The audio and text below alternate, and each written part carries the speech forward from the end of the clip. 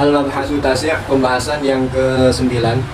Fi fi'li sahibi syariah, masalah pekerjaannya pemilik syariat, yaitu Nabi kita SAW. Pekerjaannya Nabi SAW. Jadi di sini pembahasan masih masuk kategori, masih nyambung ke yang kemarin, karena syariat kan dibawanya, agama ini dibawanya sama Nabi SAW. Nah itu kemudian syariat tersebut ada sesuatu yang memang harus diikuti, ada syariat tersebut ada yang nggak diikuti, tapi itu khusus pengkhususan untuk Nabi. Nah sebagaimana nanti kedepannya ada dijelaskan seperti itu. Kayak contoh Allah menurunkan ayat Al-Quran. Nah, ayat Al-Quran itu secara keseluruhan dijelaskan lagi lah oleh Nabi SAW. Nah seperti itu. Nah, makanya pekerjaan Nabi itu jadi hukum lah. Pekerjaannya Nabi itu jadi hukum. Cuma nanti ada yang wajib dilakukan, ada yang sunat, bahkan ada yang ibahah. Nah, bahkan ada yang nggak harus dilakukan, sehingga ketika kita melakukannya jadi berdosa bahkan. Nah, jadi itu adalah salah satu pekerjaan yang namanya pengkhususan untuk Nabi. Apa bahasanya kalau di ininya? Lupa. Dan di sini ada fi'alun Nabi SAW. Pekerjaan Nabi ini la yakhlu imma ayakuna ala wajhil qurba wa ta'ah aw la yakun. Jadi pekerjaan Nabi ini itu la yakhlu, tidak keluar. Maksudnya tidak keluar gimana? Imma ayakuna ala wajhil qurba. Bisa juga ada yang bertujuan untuk al-qurbah, pendekatan kepada Allah, wa ta'ah, dan juga taat kepada Allah, au la yakun, atau tidak sama sekali pekerjaan Nabi ini. Jadi pekerjaan Nabi ini ada yang bertujuan untuk taqarrub ke Allah dan taat kepada Allah, dan juga ada yang memang gak qurub dan taat. Nah, ada yang gak qurub sama taat. Contoh seperti apa? Nabi menganjurkan siwak. Nah, itu taat sama Allah. Terus Nabi menerangkan tidak boleh zina. Maka itu taat dan juga ada taqarrub sama Allah, yaitu seperti berzikir, baca tasbih ente di sholat. Nah, itu ada taqarrub sama Allah, taatnya juga sama Nabi. Nah, begitu juga. Awla yakun, ada yang enggak sama sekali pekerjaan Nabi ini. Contoh seperti apa? Contoh seperti Nabi makan minum.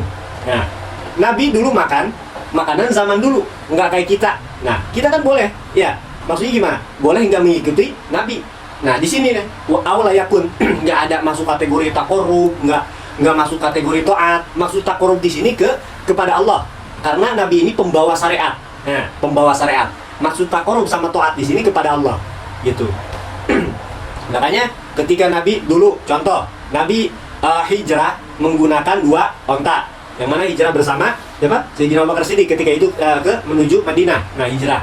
Nah, sekarang kita juga pengen hijrah, misalkan dari ini pengen hijrah ke misalkan mau taubat atau gimana, mau mondok. Nah, kita nggak layakun, nggak mengikuti dengan pekerjaan Nabi, yaitu pakai onta. Ya, kita nyari onta, beli, ya susah, itu nggak bisa. Nah, pakai kita apa? Mobil, motor, kalau motor, atau apa, naik kereta atau apa, nah seperti itu. Jadi ada kerjaan yang memang ada itu taqarrub untuk kepada Allah, dan juga ada juga memang taat kepada Allah. Nah, seperti itu. Nah, terus bagaimana hukum sebagaimana? Banyak para sahabat, kayak siapa? Kayak sahabat Ibnu Umar. Ini sahabat Ibnu Umar mengatakan dia ini saking apa berarti? Itu kembali lagi ke ta'zim, kembali lagi ke muhibnya dia, yaitu kecintaannya dia terhadap Nabi SAW. Beda lagi contoh. Nah, ketika itu Ibnu Umar, Abdullah bin Umar, itu kata beliau mengatakan, aku tidak pernah terlewat sedikit pun apa-apa yang dilakukan sama Nabi, katanya. Nah, itu semata-mata karena ta'zim. Nah, terus itu apakah masuk kategori tadi taqarrub dan juga taat? Enggak masuk kategori taqarrub taat kepada Allah, enggak ya. Cuman itu masuk kategori muhib, yaitu ada rasa cinta mungkin. Nah, seperti itu. Itu apa-apa yang dilakukan sama Nabi. Nah, makanya di sini kemudian diterangkan fa in kana ala wajhil qurbah. Apabila apabila pekerjaan Nabi ini ala wajhil qurbah, yaitu menunjuki cara qurbah, pendekatan, wa ta'ah, dan juga taat kepada Allah. Fa in dalla, kemudian fa in dalla dalil, kemudian apabila ada dalil yang menunjukkan alal ikhtisasi, yaitu terhadap penghususan bihi kepada Nabi SAW. Humila, maka diartikanlah. Nah, dibawa dalam arti diartikan. Maka diartikanlah tadi fi'lun Nabi SAW alal ikhtisas, yaitu maka diartikan alal ikhtisas sebagai penghususan penghususan nabi. Ini penghususan nabi ini maksudnya gimana dalam arti ini dilakukan penghususan untuk nabi, bukan untuk umatnya. Nah, hanya di sini dicontohkan seperti apa? Kaziyadatin fin nikah. Nah, kaziyadah seperti banyak dalam arti lebih, fin nikah nikahnya kawinnya ala arba'i didopat. Ini apa namanya? Isim ghair munsharif. Berarti ala arba'i niswatin. Ya. Nah, itu contohnya lebih dari 4 nikahnya Nabi SAW. Yang kita tahu istri Nabi berapa? 9. Nah itu hukum seperti itu penghususan untuk Nabi. Nah itu kita nggak bisa ngikutin. Kok nggak bisa ngikutin? Lah iya, karena sudah jelas di dalam Al-Quran apa. Nah di sini ada. Sedangkan di dalam Al-Quran dijelaskan Allah Ta'ala pangkihu ente kawin matobalakum yang menurut ente bagus, yang ente hendaki ingin minan nisa daripada para wanita, kira-kira masna 2 wasulasa kalau nggak 3 bahasanya, warubah kalau nggak 4. Nah batasnya cuma sampai 4. Nah sedangkan Nabi melampaui yang ada di dalam Al-Quran, yaitu berapa? 9. Nah seperti itu. Nah inilah pengkhususan untuk yang namanya Nabi pekerjaan tersebut. Bagaimana tadi? Apabila ada sebuah wajah, sebuah cara, sebuah metode pendekatan tersebut, wa ta'at dan juga ta'at tersebut, kemudian metode tersebut menunjukkan, dalil tersebut ini menunjukkan kepada pengkhususan kepada Nabi, humila, maka itu pekerjaan tersebut itu dikhususkan untuk Nabi. Nah, berarti terus itu masuk kategori taat? Lah iya, itu masuk kategori taat untuk Nabi. Itu masuk kategori taqarrub untuk Nabi. Bahkan kan kata di Wa'ani bin Umar, bagaimana yang diriwayatkan daripada Abdullah bin Umar. Jadi ada sebuah cerita ketika itu Abdullah bin Umar mengatakan, yaitu kata Abdullah bin Umar mengatakan aslama Ghailan. Nah, masuk Islamlah sahabat Nabi ini yang bernama Ghailan. Watah tahu, sedangkan Ghailan ini memiliki asyratu niswatin. Memiliki apa? 10 istri fil jahiliyah, di dalam masa jahiliyah. Berarti apa? Ketika belum masuk Islam dia udah punya 10 bini. Nah, kemudian dia si Ghailan ini masuk Islam lah. Nah, setelah masuk Islam, Pak Aslam namahu, kemudian para istri-istrinya juga masuk Islam bersama Ghailan. Nah, disitulah langsung kemudian apa? Pak Amarahu sallallahu alaihi wasallam ayyahtar minhunna arba'an. Nah, itu langsung Nabi. Kata Nabi SAW, ente pilih, ente mau masuk Islam. Ya udah, tinggalin bini ente yang 10. Nah, itu. Nah, inilah menunjukkan, hadis tersebut menunjukkan meskipun tadi Nabi memiliki istri 9, tapi itu alal ikhtisos, dan juga itu Ghailan ini diperuntukkan atau diperintahkan sebagaimana yang ada ngikutin di dalam ayat Al-Quran, itu 4 udah. Kayaknya ente kalau memang nasib ente takdirnya ente punya bini, ya maka ente pilih lah 4, 3, 2, 1 kayak itu.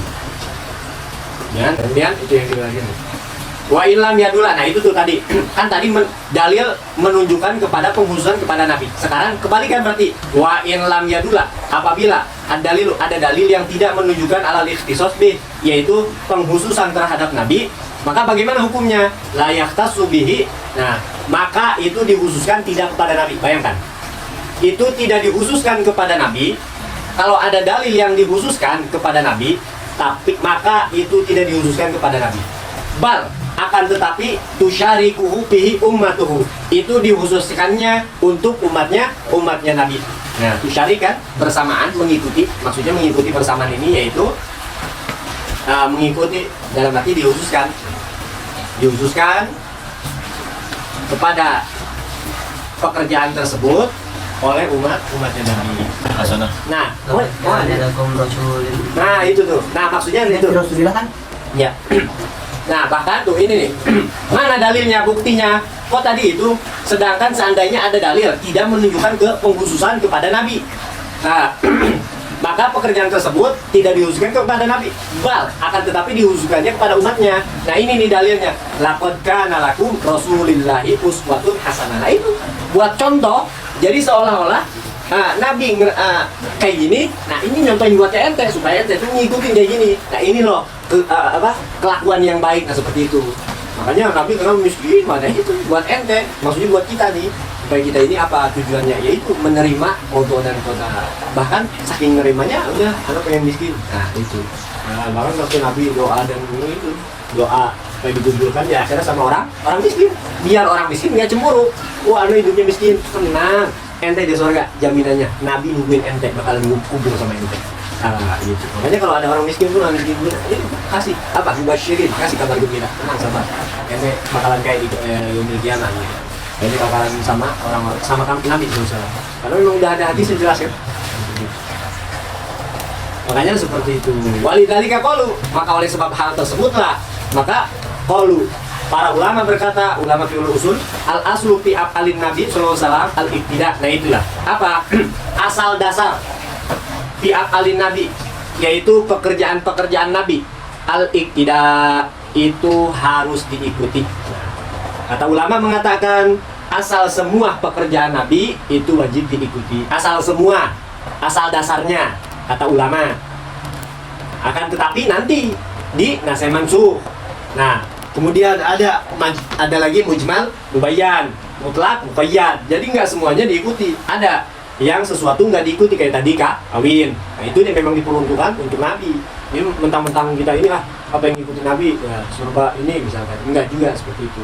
Tapi kalau kita memang kecintaan kita karena itu luar biasa, kayak sahabat misalkan, dia buat pengen kayak nabi, misalkan merah, nabi ada merah-merahnya dikit, nah pengen ngikutin jenggotnya dimerah-merahin. Padahal jenggotnya nabi kayak gini, pengen ngikutin hidungnya nabi kayak gini sampai operasi misalkan, pengen ngikutin, nah, misalkan seperti itu. Nah itu silahkan, cuman ada ketentuan gitu. Ada ketentuan apa? Ada hak-hak yang memang ketika kita lakukan jadi haram hukumnya. Begitu. Al-asul fi af'alin Nabi sallallahu alaihi wasallam. Illa ma dalil ala ikhtisabi. Nah, tadi itu terkecuali ada dalil yang menunjukkan terhadap pengkhususan pekerjaan tersebut itu dikhususkan kepada nabi. Nah, berarti apa? Ente jangan ngikutin. Kan tadi asal semua pekerjaan nabi al-iktida itu ikuti. Nah, illa madalah, terkecuali memang itu menunjukkan kepada pengkhususan nabi. Yang tadi Nabi bilang ada ketentuan-ketentuan, gak setiap semuanya ente pengen ngikutin ini surga ini. Ada ketentuan-ketentuannya. Kembali lagi intinya apa? Ya ilmu, intinya nggak ada lagi ya. Ilmu yang bikin selamat, intinya kayak gitu. Jangan sampai saking rajinnya itu rajin mau sholat, nggak taunya di waktu tersebut ada waktu yang haram kayak gitu kan. Saking rajinnya padahal ya itu tadi karena kurangnya ilmu, karena nggak ada ilmunya. Kembali lagi intinya kan kayak gitu. Tapi kalau ente ada ilmunya, ditata ibadah ente aja, ditata dirapi di ini. Makanya al ilmu ya itu penghias. Nah kalau ente pengen memahami ahli penghias, maksudnya ilmu ini penghias untuk ahlinya tuh itu tujuannya apa? Untuk menata dirinya. Makanya ilmu ini kagak nyelakain ente, tapi bisa nanti ilmu bisa nyelakain ente kalau ente memang nggak benar. Makanya jadi ulama suwahiyah itu bilang, nah, tapi kalau benar bagus itu tadi zain li ahli. Nah itu.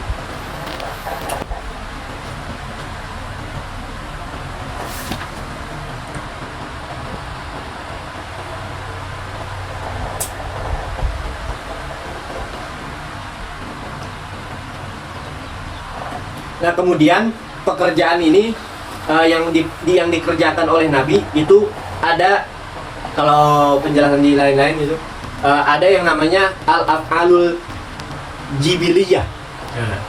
Al-af'alul jibiliyah ini adalah pekerjaan-pekerjaan yang dilakukan oleh Nabi sebagai apa?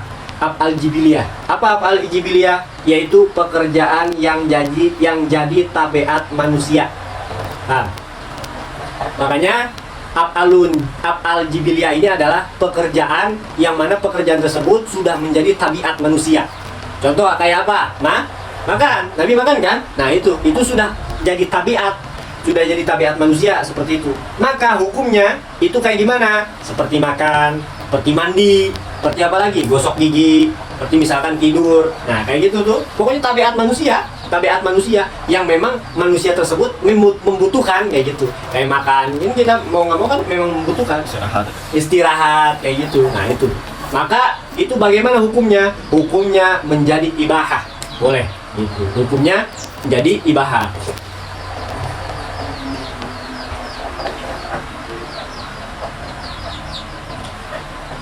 Contoh misalkan Nabi makan. Nah ente juga kan makan. Nah ente ini karena ini tadi ente fi'alun Nabi, maka kata ente ana mau ngikutin makannya Nabi misalkan. Maka itu jadi hukumnya ibahah. Contohnya gimana? Makanya Nabi dulu kalau makan nih bukan beras. Nah ente ngikutin tuh apa kan korma atau pakai gandum. Nah nyampe ente nyetok gandum, kagak ada beras di ente misalkan. Nah itu bagaimana ibahah boleh. Yang tadi anak jelaskan misalkan saking ente bener-bener oh gimana sih sama Nabi, itu jenggot ente pengen ente ngikutin, itu kan tabiat, mau nggak mau jenggot ini pasti jadi gitu. Nah, ente ngikutin, nah itu silakan seperti itu. Tapi jadi ente hukumnya ibahah, yaitu apa-apa yang dilakukan sama Nabi, yang mana kelakuan tersebut, pekerjaan tersebut, yang namanya jibiliyah, yaitu sudah watak manusia. Nah itu. Tapi ingat tabiat manusia, yang sudah watak manusia itu ngikutinnya, maka itu hukumnya boleh ibahah. Tapi atas dasarkan nanti ada wasail dan goyahnya. Pelantara, kemudian ada goyah, ada tujuannya. Ya apa-apa yang dilakukan sama Nabi. Contoh misalkan Nabi mandi. Nah, Nabi mandi misalkan nggak pakai sabun. Nah, tujuannya goyahnya apa tuh, Pak? Hah? Goyahnya yaitu an-nazafatu supaya bersih, supaya sehat badan sehat, bersih dan lain-lainnya. Itu goyahnya. Nah, paham? Wasailnya, misalkan pelantarannya Nabi mandi pakai, misalkan pakai daun apa, kalau dulu karena apa? Zaman dulu kagak ada Lifebuoy, kagak ada Gift lah, iya. Lupo. Adanya lupo zaman sekarang, zaman Nabi kagak ada. Makanya lah seperti itu. Nah, terus bagaimana ini ketika kita zaman sekarang pengen ngikutin Nabi misalkan? Maka ente ambil yang tadi, karena setiap kerjaan yang dilakukan sama Nabi itu nggak jauh yang dari dua ini, wasail dan juga goyahnya. Nah ente lihat tujuannya yaitu anazofatu minal iman dan juga sehat, maka itu yang ente lihatnya. Jadi mandi silakan, terus kemudian ente pakai Lifebuoy, nupo ya silakan, karena memang zaman kita sekarang Lifebuoy nupo, masa kita kagak pakai Lifebuoy, ente ngikutin misalkan pakai dedaunan. Iya Nabi pakai dedaunan misalkan, contoh, pakai daun ya, kalau salah. Nggak tahu ya. Misalkan pakai apa gitu. Nah, itu Nabi kita pakai daun atau apa gitu, tetap badannya nggak bau. Satu, wangi Nabi ini. Kedua, nggak keringatan segala macamnya. Coba kita misalkan pakai dedaunan. Nah, bau iya, habis gatal iya, lengkap kan? Makanya itu. Nah, kembali juga. Maksudnya apa? Kita harus berpikir juga. Jadi setiap kerjaan ini ada wasail dan juga goyah. Dalam arti, saking ngikutin sama Nabi. Kayak contoh, misalkan dulu Nabi ada hijrah atau pergi kemana pakai onta, misalkan. Goyahnya tujuannya misalkan supaya dekat, tujuannya kan seperti itu. Yang tadi jaraknya jauh jadi dekat dan juga nggak capek dan lain-lainnya. Nah wasilnya yaitu onta. Nah sekarang kita jarak jauh pengen ngikutin Nabi pakai onta kan nggak bisa juga. Nah ada itu pakai itu. Nah kayak gitu maksudnya. Ada motor, maksudnya pakai motor berarti. Nah itulah wasailnya. Jadi nggak setiap Nabi ini kayak gitu. Bilang fi'lun Nabi yang modelnya ibahah, itu hukumnya ibahah itu tadi ada wasail dan goyahnya. Ente lihat itu seperti itu. Bahkan sampai ada ulama menyatakan Nabi siwak untuk tujuannya bersih dan juga kan menghilangkan apa siwak ini, menghilangkan kuman. Nah zaman sekarang ente ganti pakai apa? Pakai misalkan sikat gigi. Nah ente ada niatnya sebelum sikat gigi Nabi tulis istiwa, maka ente dapat sunnahnya meskipun itu pakai sikat gigi. Jangan pakai sikat gigi ente pakai ini aja dapat kan. Seandainya kagak punya siwak, maka pakai bahannya keras, kasar, keset. Paling nyikat gigi ente bersih, an-nazofah ente masuk kategori tersebut. Kemudian niat ente masuk kategori tadi, niat si alun Nabi dan lain-lainnya semuanya. Dapat pahalanya banyak. Makanya keuntungan niat itu seperti itu. Banyak banget sih. Tapi bukan berarti ente meninggalkan juga siwak, karena tetap apa goyahnya. Tadi kembali lagi ada goyahnya. Siwak ini apa dibandingkan kenapa Nabi pakai kayu siwak? Karena di dalam siwak ini mengandung ini. Coba kayu yang lain. Nah, contoh misalkan kayu nangka. Nah, mengandung apa? Mengandung getah. Iya. Ente apa namanya? Kegosok tuh yang ada bukannya bersih, malah ente kagak bisa nguap. Kenempel ada getahnya, ya kan? Nah, itu. Makanya di situ goyahnya di situlah. Makanya tetap terus ente jangan ninggalin siwak karena goyahnya ada di situ. Tujuannya iya tetap unggul meskipun iya zaman Nabi kan nggak ada Pepsodent, nggak ada siapa. Justru Nabi tujuan pakai siwak ini supaya bersih dan juga di dalam siwak ini ada akar yang mengandung zat apa. Bahkan itu bisa menghilangkan apa coba? Balgom. Tahu kan balgom? Ini dahak yang bikin ini otak agak-agak ini koslet ngelek. Itu makanya itu adanya di kayu siwak. Makanya adanya di kayu irok, makanya sudah pakai irok tadi. Nah ente tetap kalau itu mah. Nah cuman ini kalau mau nambahin ente misalkan apa tadi kayak sikat gigi ya silahkan. Nah intinya apa? Ente pahami dulu tadi tuh wasail dan goyah. Nah berarti itu kembali lagi nanti ada di kitab-kitab hadis dan lain-lainnya itu. Kayak fawaid-fawaidnya, ada tujuannya. Kenapa Nabi mengucapkan seperti ini? Kenapa Nabi kayak gini diam? Bahkan yang yaitu pekerjaan-pekerjaan yang dibolehkan oleh Nabi akan tetapi diharamkan oleh umatnya, yaitu tadi contohnya. Dan juga ada lagi yaitu contohnya apa? Wisol. Ada juga wisol. Apa wisol? Wasulun, wasol, nyambung. Apa? Cuma yang dimaksudkan wisol di sini adalah puasa nyambung. Paham? Puasa nyambung. Kagak ada bukannya. Nah, itu maka itu nggak boleh untuk umatnya Nabi nggak boleh. Nah, makanya tadi pekerjaan Nabi itu al-ikhtisos al-ikhtisos bi humila alal ikhtisos. Nah, itu dikhususin kepada Nabi, bukan untuk umatnya. Kayak tadi kawin. Nah, terus kemudian ada puasa. Makanya ente yang tadi Anda bilang, ente saking rajinnya ya kagak tahu ilmunya, memang dasar awam kagak tahu ilmunya. Wow, ente ini puasa dari sahur nyampe maghrib aja pahalanya gede. Misalkan dosa setahun diampuni, apalagi nyampe besok ini anak puasa, misalkan ini punya pemikiran gitu. Wah, kayaknya 100 tahun harus ini diampuni dosanya. Nah, itu kan bodoh mikiran seperti itu. Nah, kemudian dia puasa tuh, maka itu bukan menjadikan pahala, bahkan menjadi haram kita melakukannya. Anak ngikutin Nabi, kan Nabi pernah. Nah, itu alal ikhtisos. Itu dikhususkan untuk Nabi. Karena ada satu sahabat ketika itu siapa namanya? Ditegur sama Nabi, langsung diomelin dan akhirnya nggak boleh. Nah, itu salah satu sahabat. Ada juga sahabat yang lain. Kayak contohnya siapa? Abdullah bin Amr bin As. Nah, Abdullah bin Amr bin As ketika itu ada Abdullah bin Amr bin As menceritakan kepada bapaknya, "Oh, anak ini puasa. Siang anak pakai puasa full, malamnya juga. Malam anak pakai full qiyamul lail, kagak tidur." Akhirnya bapaknya nyeritain itu kepada Nabi SAW. "Ya Rasulullah, bahwasanya anak-anak ini kayak gini. Langsung Nabi SAW. Nah, yang mana di situ juga ada Abdullah bin Amr bin As. Ada juga. Kata Nabi SAW mengatakan apa? Coba. Inna li ainik haqqan katanya. Wa inna li ahlik haqqan. Wa inna fi jasadik haqqan katanya. Kata Nabi. Ya pokoknya itu. Ente ingat, sadar diri ente ini memiliki hak, yaitu butuh istirahat. Terus keluarga ente ini punya hak, yaitu ya rumah tangga, selayaknya rumah tangga kayak gitu. Karena kenapa ada rumah tangga ada hak juga? Karena ketika itu Abdullah bin Amr bin As sampai mengatakan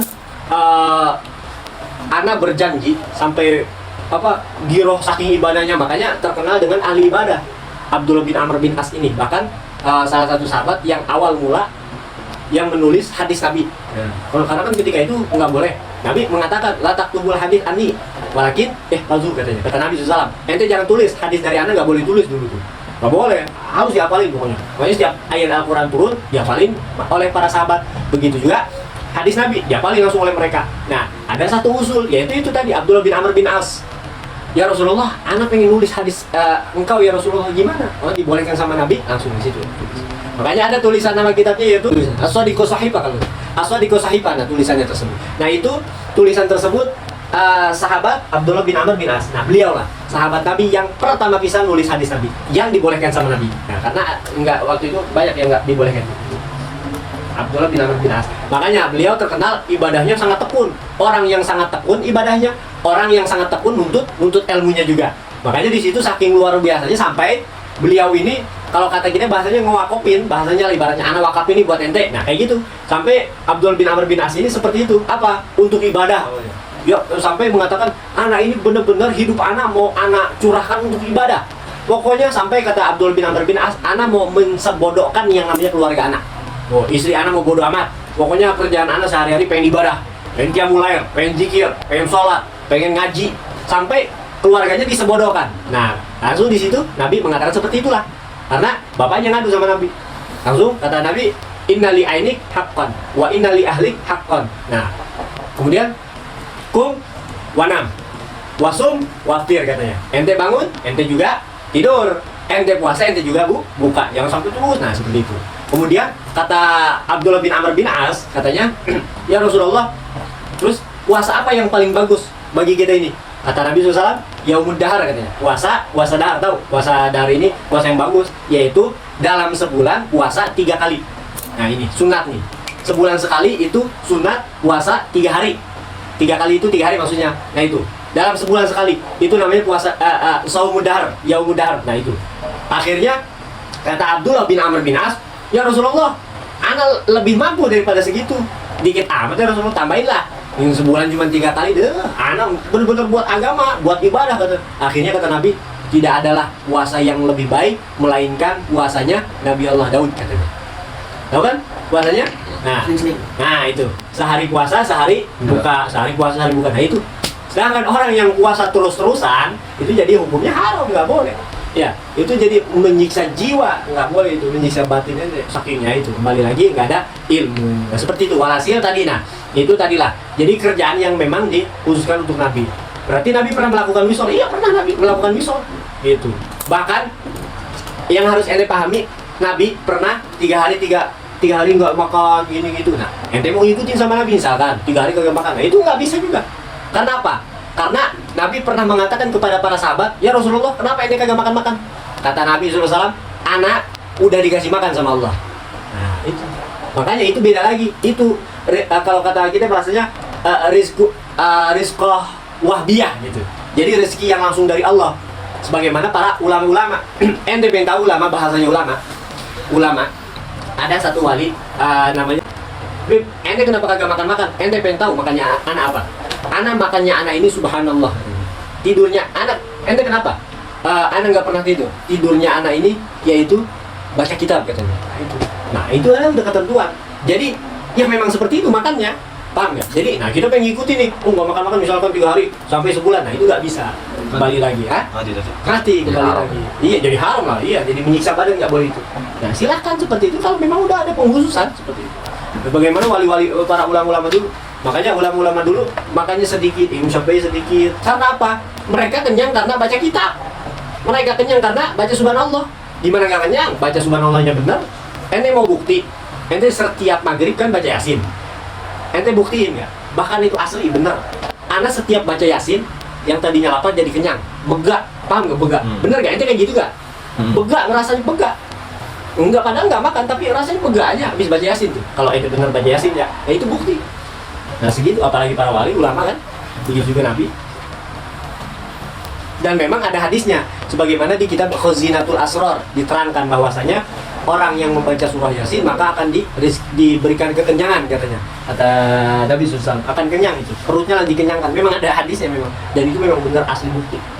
Sampai sekarang ada kalau ini, sampai anda sering nanyain, ente bisa baca Yasin, begak gak ente ngerasa? Anda sering nanya, ya awalnya begak banget ya, capek begak gitu, ya kenyang. Bahkan kayaknya kita nggak makan cukup gitu. Seperti itulah, itu bukti bahwasanya. Tuh, sih. Enggak ada. Mestinya. Masih, tapi baterai tidak mencukupi. Nah kemudian ada lagi yang terakhir yaitu pekerjaan yang bukan bagian 1 dan 2. Dalam arti pekerjaan tersebut Nabi itu bisa dipahami sebagai bayan. Nah, yaitu sebuah penjelasan Nabi yang mana Nabi ini dari Al-Quran. Contoh misalkan, contoh Allah memerintahkan Aqimus shalah wa atuz zakah. Nah, iya itu asli. Aqimus shalah. Nah, diperintahkan di dalam ayat Al-Quran dijelaskan Aqimus shalah. Nah, seperti itu. Nah, maka Nabi dibayankanlah oleh Nabi, dijelaskanlah oleh Nabi. Makanya kata Nabi, "Shollu kama ra'aitumuni usolli." Nah, seperti itu. Nah, soalnya karena yang tadi Anda bilang, ayat Al-Quran ini secara keseluruhan. Nah, dijelaskannya lah sama pembawa. Gitu, kayak contohnya nih, Anda bawa sesuatu ke ente. Nih, buat ente nih. Nah, bentar. Nah, maksudnya ini kayak gini. Nah, dijelasin kan? Nah, itulah yang ngejelasinnya ini soal Nabi seperti itu. Makanya, oh iya paham. Nah, gitu. Allah nyuruh kita sholat. Nah, kan nggak jelas sholatnya gimana. Sholat tuh, oh ternyata dijelasin lah sama Nabi. Ini sholat nih, pokoknya ente mau sholat nih, ngikutin anak. Nah, kayak gitu sholat. Nah, langsung dari Nabi, Allahu Akbar. Oh, itu tuh sholat. Nah, seperti itu. Al-Mabhasul Ashir, wallahu a'lam bishawab.